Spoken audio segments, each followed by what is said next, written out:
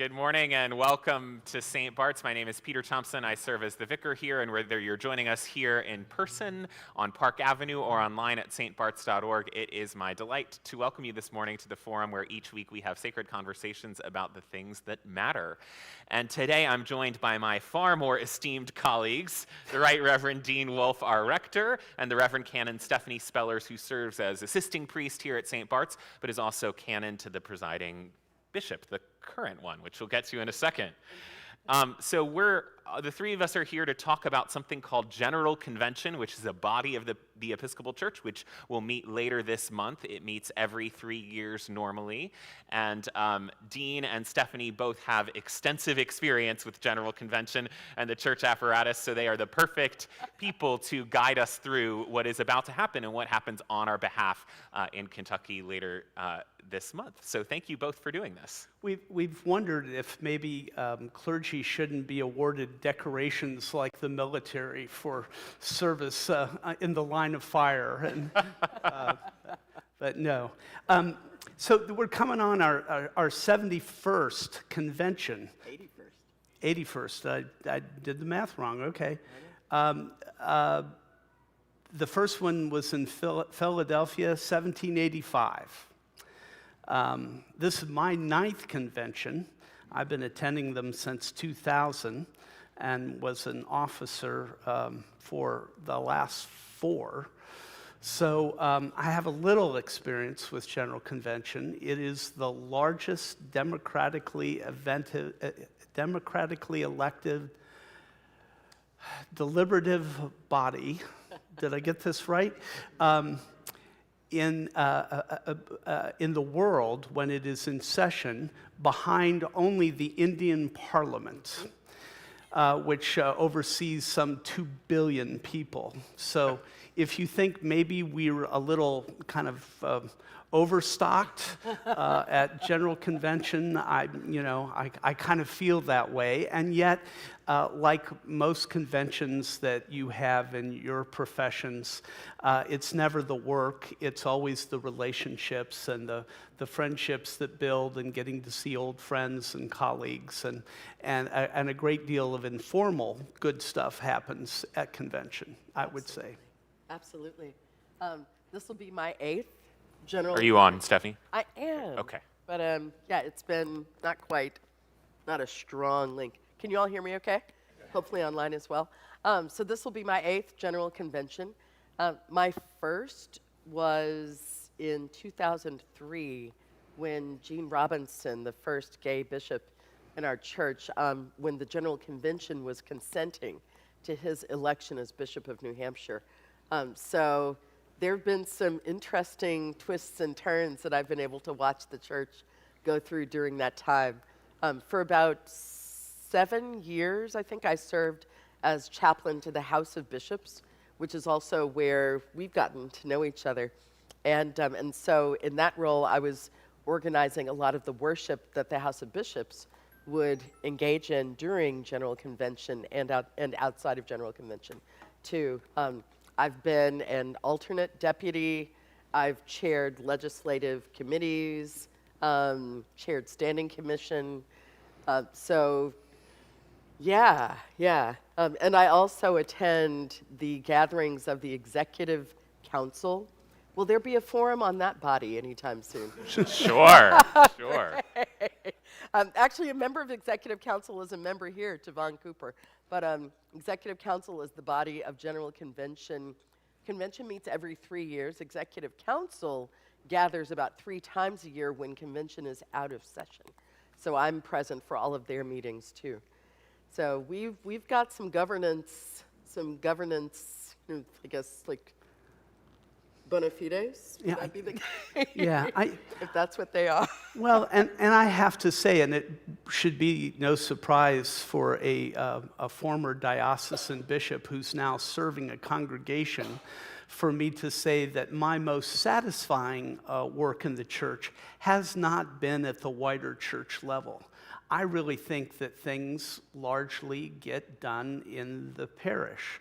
There are important institutions and important work that happens at the wider church level, but it's not my favorite playground, I would say. And so I always have to kind of gear up for General Convention because it feels like a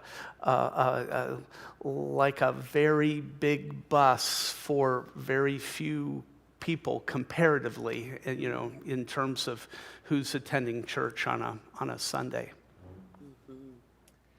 Can both of you reflect a little on the structure of General Convention? Many people may not know how it's structured and what exactly goes on in one of these gatherings. Peter, cue the slide.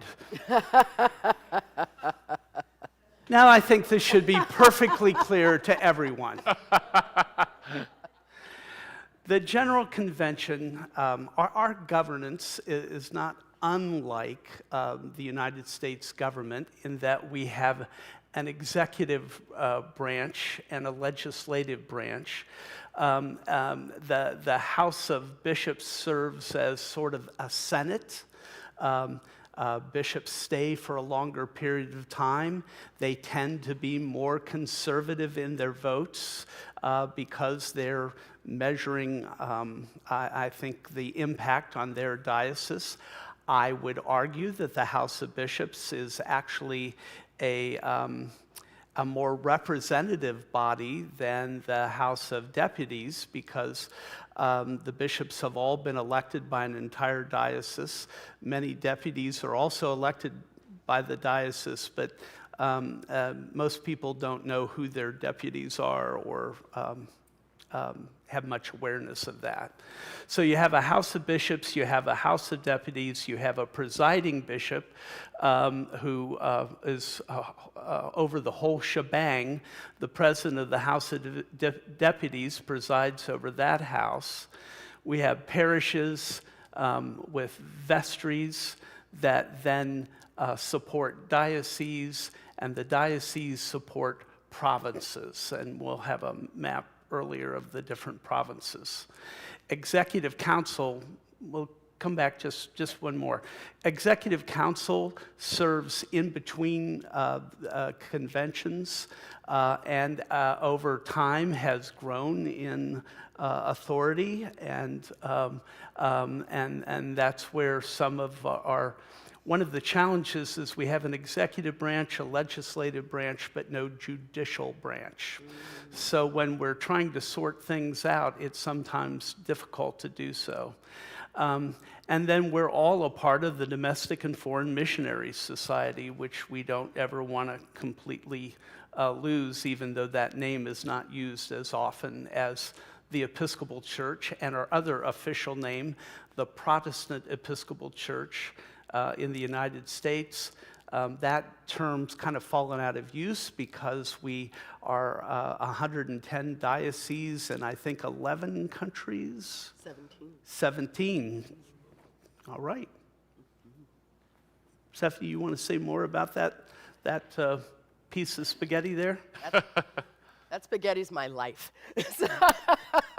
I often feel like when I'm here in the St. Bart's community, it's a bit like what you were saying, Dean, that like this is where folk are looking at each other and able to kind of grow in the light of Christ and just to grow one another into the fullness of Christ. But that's not my full-time job. My full-time job is this whole world. My checks are signed by the Domestic and Foreign Missionary Society.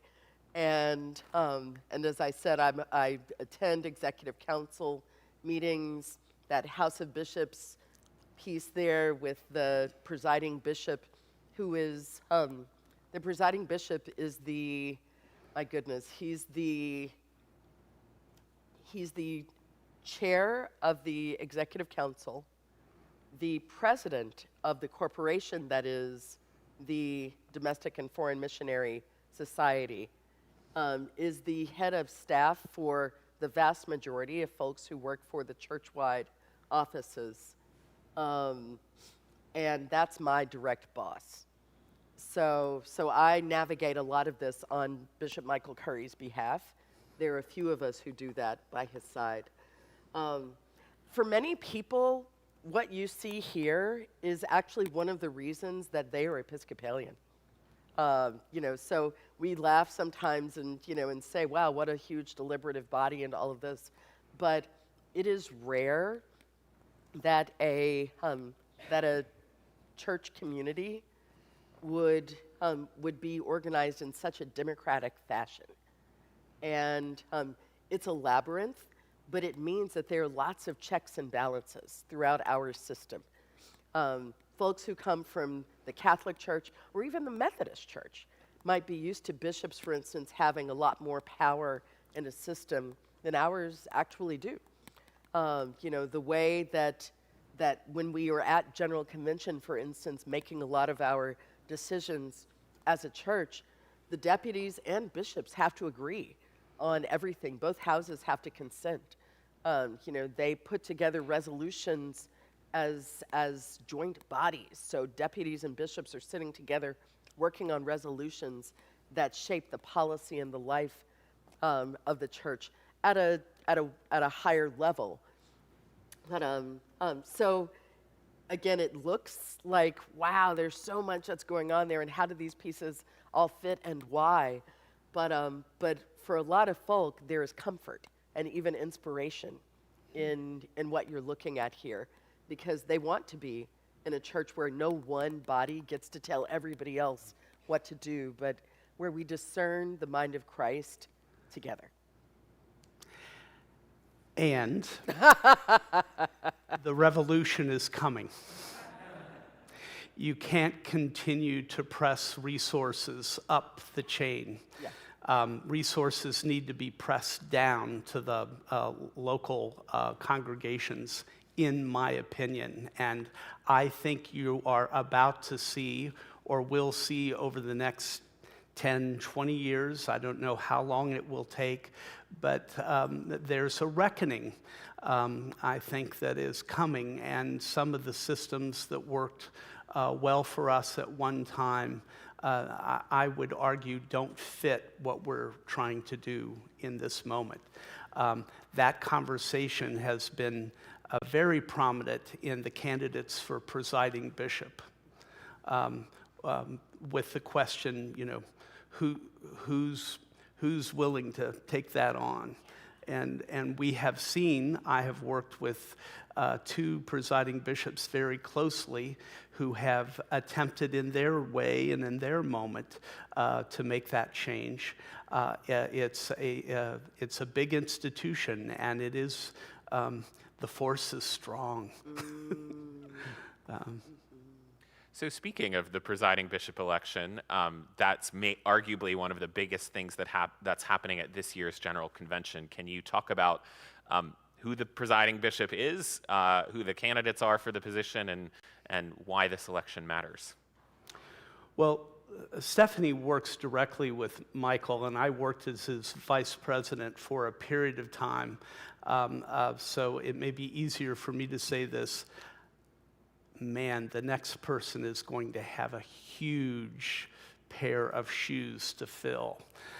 Michael has really, I think, taken the office of presiding bishop into a level of international notoriety and fame, if you will, recognition that we have not experienced. Apparently, when you preach to 1.3 billion people at a wedding of a royal couple, people pay attention. And wow, I mean, I think Michael would say that's changed his presiding episcopate. By far, yeah. So here are the candidates. Sean Rowe from Northwest Pennsylvania, and he's also serving, overseeing the Western New York. Scott Barker, my friend from Nebraska. He and I were colleagues in putting together the Bishop Kemper School for Ministry. Rob Wright, Bishop of Atlanta. I was his mentor when he came into the House of Bishops. And the student has surpassed the master several times. D.D. Duncan Probe was not a part of the original slate determined by the nominating committee, but was petitioned onto it. She's the Bishop of Central New York. And then Daniel Gutierrez, who is the Bishop of Pennsylvania. So how will the next presiding bishop get elected? And kind of why is that transition important in this moment in the church? Well, one of the things that's just sort of interesting, and every now and then even bishops have to remind themselves that in spite of what you read in different church publications or on social media or various websites, the next presiding bishop will be elected by about 140 bishops, and only them. And so it doesn't really matter much what people are saying outside of that bubble.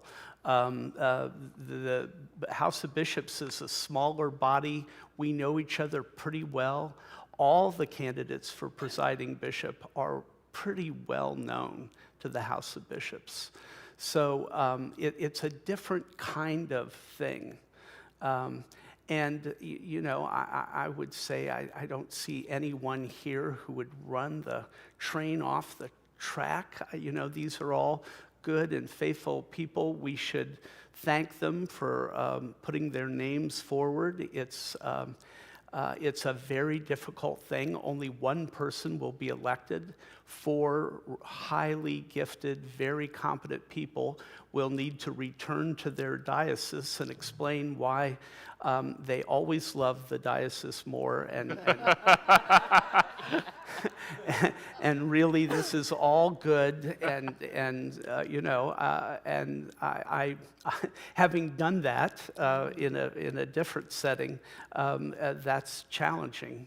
So I'm grateful to all the candidates just for putting their name, being willing to allow their name to go forward.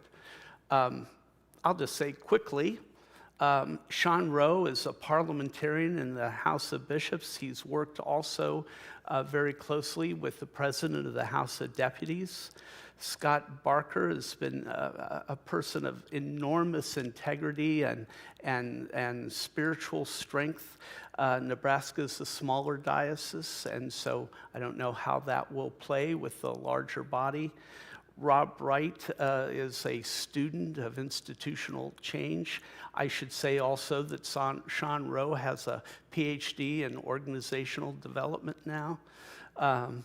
D.D. Duncan Probe has served as head of the province in New York and is very respected here.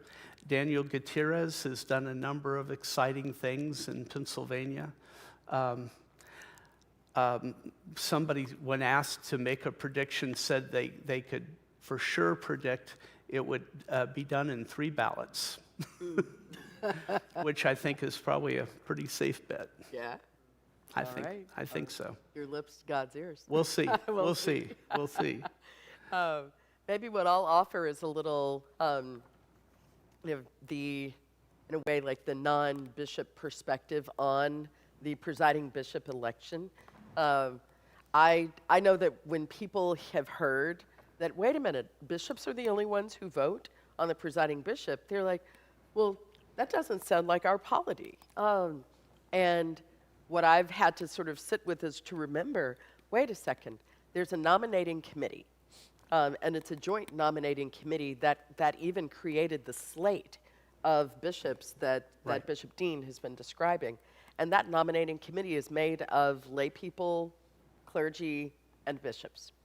And so there has been that kind of broader deliberation, but then they do hand that slate to the bishops who know one another so very well, and are, at least in part, selecting the person who will be the head of their house, the head of the House of Bishops. So it makes sense that bishops would be the ones kind of entrusted with that decision. And after they do the election, the House of Deputies has to consent. So it's a little bit like when a diocese elects a bishop, all of the standing committees, who are the leadership of all of the dioceses, they all have to sign off and say, yes, we approve or we stand by that election. So for the Episcopal Church, our House of Deputies, that other body over there, they still have to say, yes, we consent to this being the presiding bishop. I don't know that they've ever said no. I can't imagine what would happen if they did. And thanks be to God, the candidates who are standing for election are, as you said, it's a wonderful group of people. And any one of them, I think we would be blessed to have, helping us to navigate what's going to be a pretty, a consequential future, full of change, full of restructuring, all of the things that you were saying before. I think there is a reckoning that's coming for us as a church-wide body, just like it's happening at the congregational level. Everybody's trying to figure out how to be church in times when the culture around us has shifted so profoundly. What are the ways we're going to have to shift? And going back to that standing committee checkoff, that actually became very important when a bishop was elected in South Carolina, and it wasn't clear that that bishop was going to promise to keep the diocese within the denomination. And so we've been tested recently, and sometimes I know the standing committee in Kansas actually called candidates for bishop and actually interviewed them and wanted to get them to promise that they were going to be faithful to the doctrine and discipline of the Episcopal Church. So that's been something where that check and balance system has come into play some. For presiding bishop, I'm looking for somebody who's willing to wade into deep water and make big change real quick, because I don't think we have an unlimited amount of time to do some of these things. This is a really intense moment in the life of mainline denominations.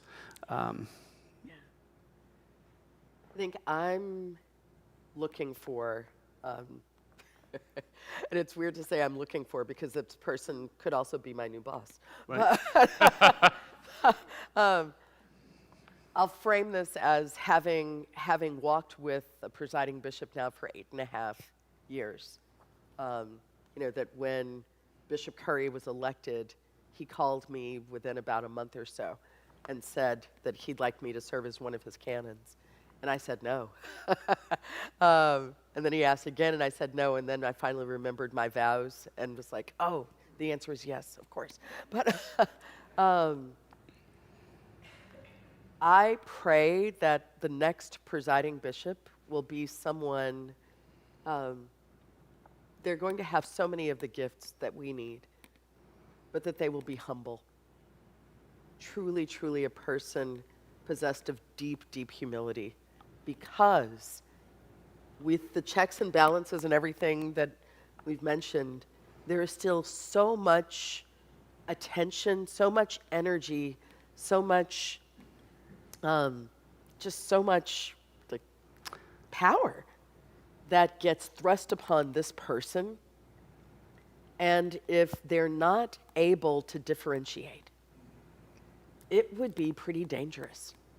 I think it would be spiritually hazardous for the new presiding bishop and for the church if someone who doesn't have a deep well of humility were in the position.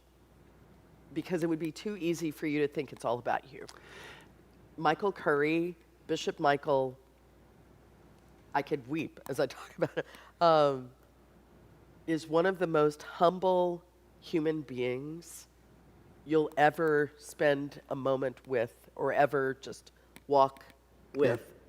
Yeah. To have been the person, catapulted to such an international stage and fame and all of that. And he keeps turning it back to people. He keeps turning it back to God. And And I believe that Catherine Jefferts Schori, when she was presiding bishop, had that mark as well, that mark of deep humility. Frank Griswold, when he was presiding bishop, these are 9-year terms, so we're talking like almost a decade at a time. These folks are serving. Each of them understood that it wasn't about them, which allowed them to truly be the spiritual leaders that we needed for that time. And everybody asks me, they probably ask you, well, what's Michael like? Yeah. And what I say is the way he is in front of the camera, that's how he is behind the scenes. He is joyful, he is funny, he is not impressed with himself. He is married to a wife that, if he were impressed with himself, would help him with that. Yeah. Which is a great blessing. You know, I just say he's the real deal, Yeah. you know, and we've been really fortunate to benefit from his leadership. He also knows how to love people. And that's something else that I pray that our next presiding bishop knows how to do well. I remember when I was in my discernment committee, I think even before I started discernment, I was sitting with one of my mentors, and he said, Stephanie, being a priest is about being a lover of souls. And I've carried that my whole ministry, and I think whatever level, I put that in quotes, it's not like we rise, fall, but whatever level of church you're serving in, we are called to be lovers of souls. And it's not necessarily intuitive for everyone how to love like that. Sometimes people love institutions more than souls. Sometimes people love liturgy more than souls. Sometimes people love processes more than souls. And those are important gifts to be able to love those things. But if you don't love souls, please don't run for this office. So there are 2 questions I want to make sure we get in, but I also am aware that It's also good if they believe in Jesus. Ella. a little detail, yeah. That's the non-negotiable. I'm just saying. And yet, right? I'm just saying. So I want to make sure to get 2 questions in, but I'm sure you all have questions as well. If you're here in the room, Brian Johnson will come around with question cards. Just raise your hand. And we've got people like Rob Radke in the room who works with the presiding bishop all the time, who has lots of his own thoughts about all of this. So we should get a mic to you some point here. We can do that, Rob. And if you're online, you can write in your questions. You can email me, pthompson@stbarts.org, or you can write them in the chat or the comments. So, Stephanie, you mentioned the House of Deputies.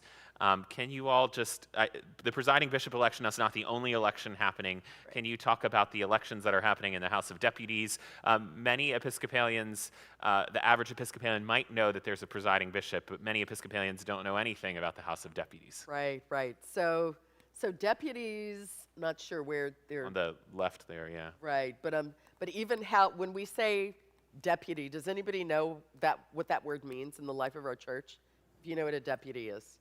Because it's really a specifically determined designation. Yeah. They're not delegates.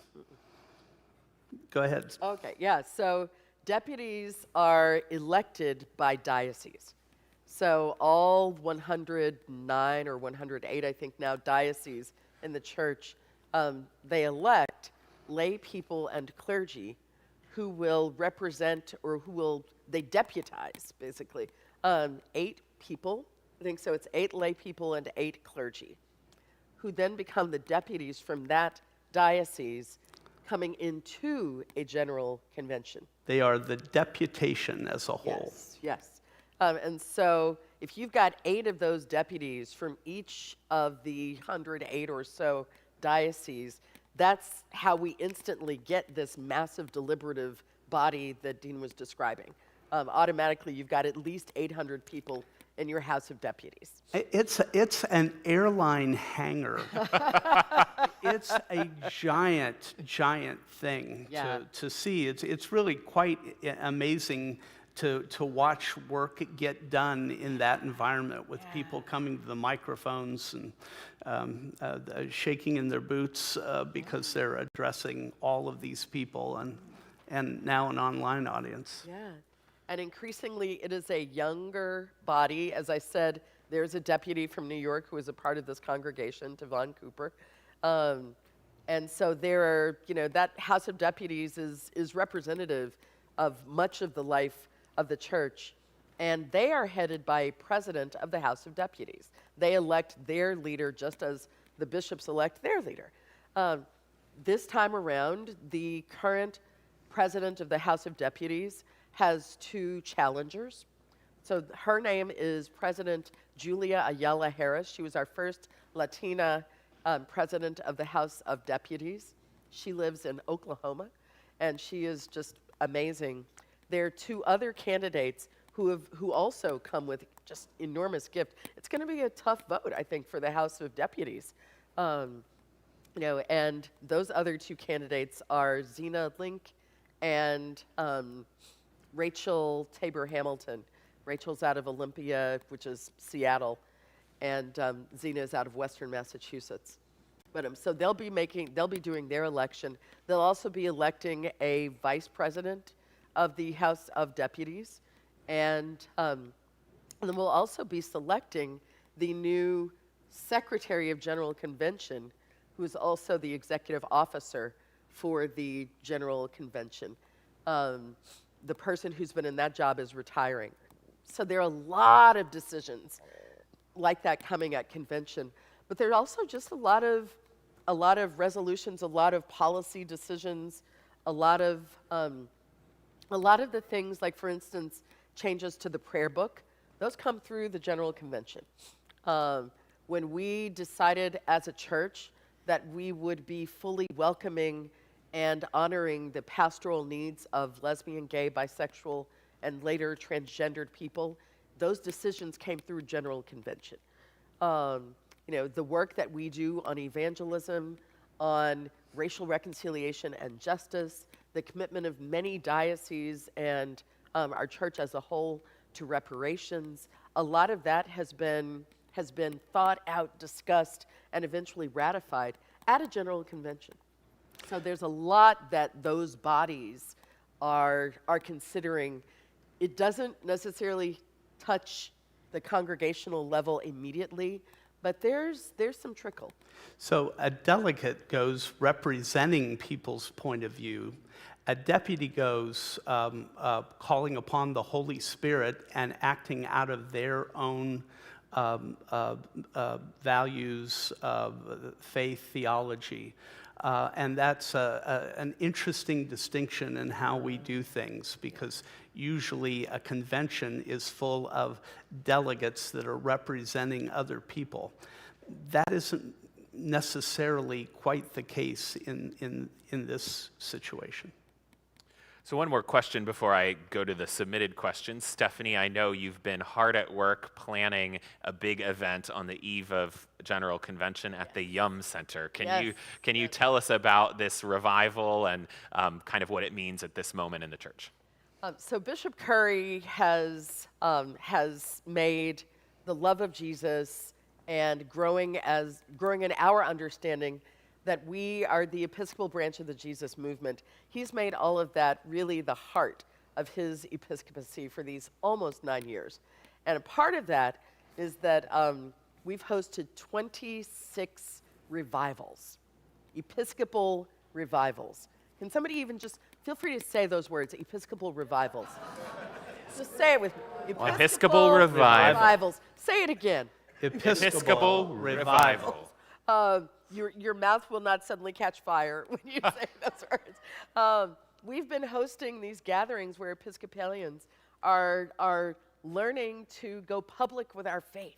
And we work with dioceses and other bodies to host these. My office is the one that's been tasked with organizing these revivals. So at General Convention, because this will be Bishop Curry's final convention as presiding bishop, It will also be his final revival, his 27th revival. Mind you, he's also the 27th presiding bishop. So it feels like there's something just beautiful and artful that's about to happen here. We'll be in the KFC Yum Center, which is, and that is with an exclamation point after Yum. Don't ask me why. We'll be in downtown Louisville. It seats about 8,000 people, and we'll see how many of those seats we fill up. But it promises to be a real just celebration of the power of the Spirit and the love of God. And we've got billboards throughout Louisville. We've got radio ads on public radio and Christian radio. Who does that? Who catches those two constituencies? Bishop Curry will preach too. So it will be live streamed. So if that's, I hope actually that's something that folk from St. Bart's would be excited to join on. If you don't want to drive down or fly down to Louisville, it's on June 22nd, Saturday evening, 7 till about 9 p.m. There'll be fantastic music and preaching and prayer. There'll be an altar call where we get to recommit or commit for the first time perhaps to life with Jesus and his way of love. And then we'll also do a final commissioning of Bishop Curry as he moves toward his next chapter in ministry. So it's been such an honor to work on. I will also say that our own Zach Nain and Tavon Cooper are part of the worship working group for this revival. So St. Bart's is well represented in the organization of the worship for this major church gathering. And Bishop Gail Harris from the Diocese of Virginia and I will be emceeing the House of Bishops and Spouses dinner where Bishop Curry and his wife will be honored. Mm-hmm. So. A lot of great St. Bart's representation. Could you just show these really quickly, these two things? This is the other level of organization in our church. These are the provinces of the Episcopal Church. And I don't know if you can see them from where you are. We're over there in Province 2. And we also have Haiti and the Virgin Islands connected with us. And Cuba has at different points been as well. And then the last slide, this is the Anglican Church around the world. 2.3 Episcopalians roughly in our branch of the denomination of the Anglican Communion, but you can see how many people in some of these other places as well. So, okay, I just wanted to. I've used up all my visual aids, so I feel very good.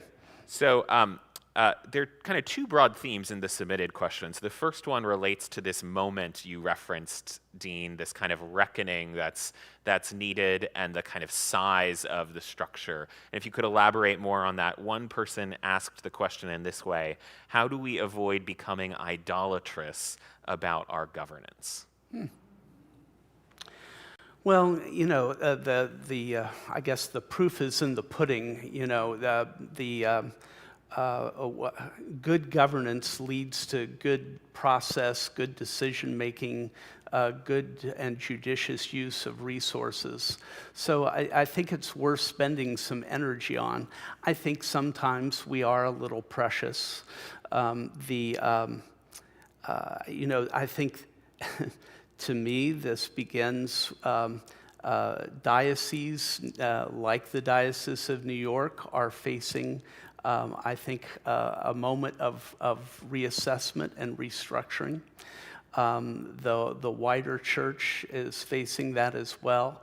You can't have more people working at the diocesan center or more people working at the church center than you used to have if you have fewer members in the pews. You know, that math does not add up to me. And so we've got to figure out ways to be more economical and get more bang for the buck and be smarter about all of this, I think. You know, it's all kinds of institutions are facing this, but the demographics are particularly harsh for us. If you look at the average age of an Episcopalian and add 20 years, that's what we're going to have to adapt to that. And I think we can and we will, and I think we can do some of the most exciting ministry we've ever done. But we will have to get on the pony and ride here because it's time.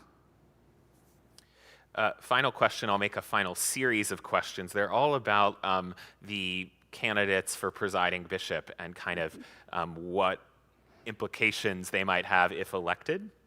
So I'll just share a few of the questions, and you can respond to any that you think are particularly pertinent. Do any of the 5 candidates have Michael Curry's charisma? They don't represent the whole United States geographically. So what does that say in terms of we don't have anyone from the West Coast, we have only one from the South, et cetera? Will all of the potential candidates get along with our bishop, Matt Hyde? And who votes for the presiding bishop? Is it only active bishops, or if you become a rector like dean, do you get a vote?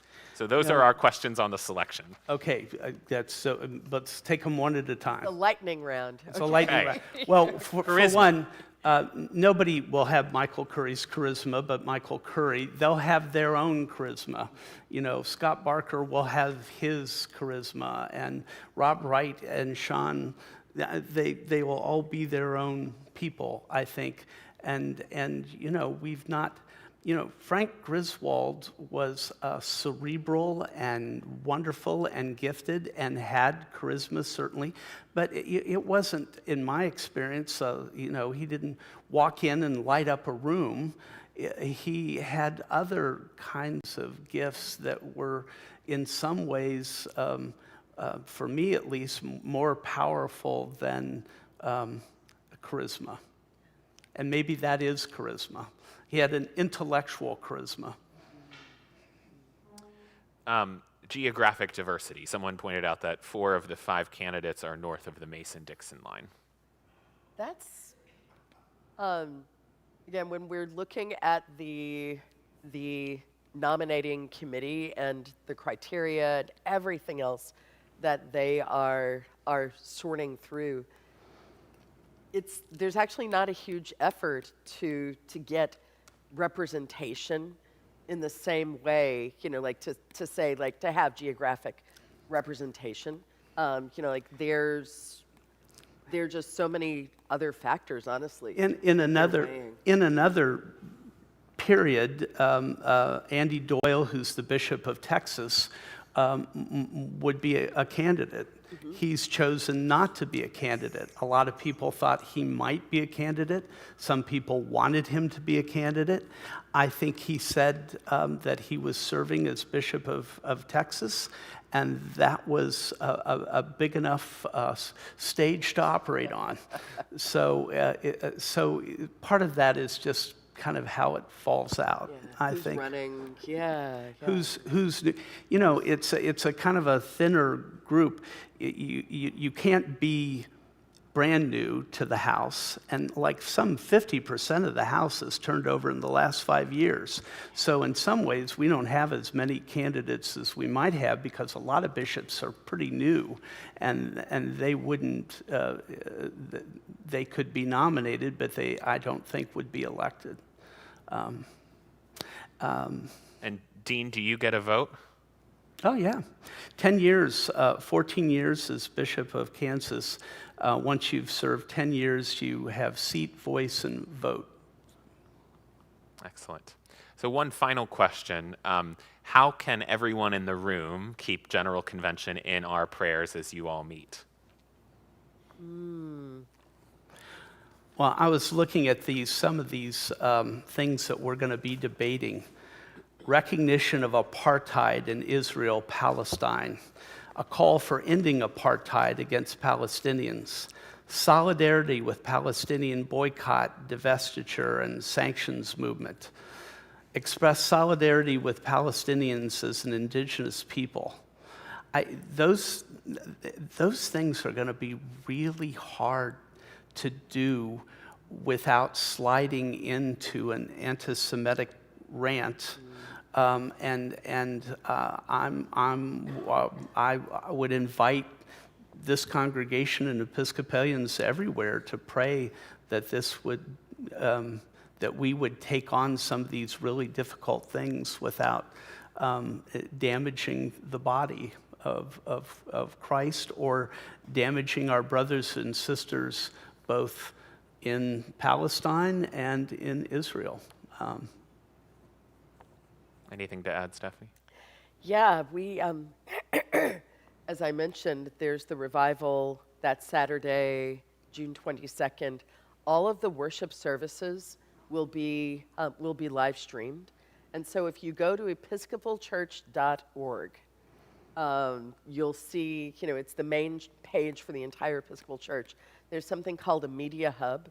And if you just go to that hub, you'll be able to see the times and preachers. And so just feel free to join us in prayer. Join us wherever you are. And there's also a prayer that we've composed specifically praying for revival, the revival of our church.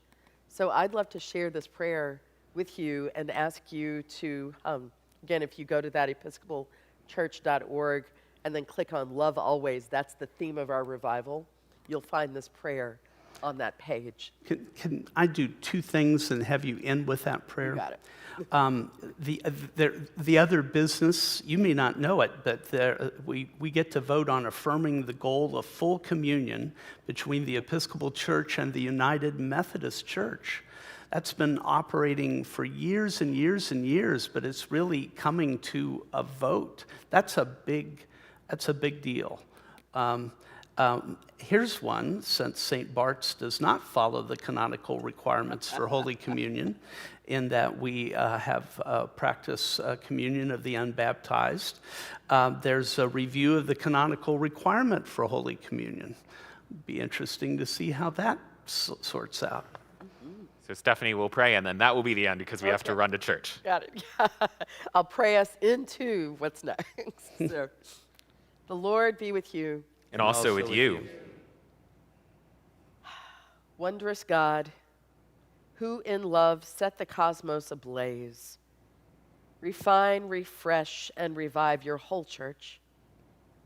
By the power of your Holy Spirit, enliven the Episcopal branch of the Jesus movement as we gather this summer in Louisville to worship, take counsel, and grow in love for you, one another, and your whole creation. In all that we say and do, help us to seek and embody the loving, liberating, and life-giving way of Jesus, so that the world might know the all-embracing power of his love. For it is in his name that we pray, now and always. Amen. Amen. Amen. Thank you, Dean. Thank you, Stephanie. Blessings on your travels later this month. Thank you. Thank you. And don't forget to get Rob Radke's opinion on anything that we've talked about. Thank you for being here. See you in church. Thanks, Peter.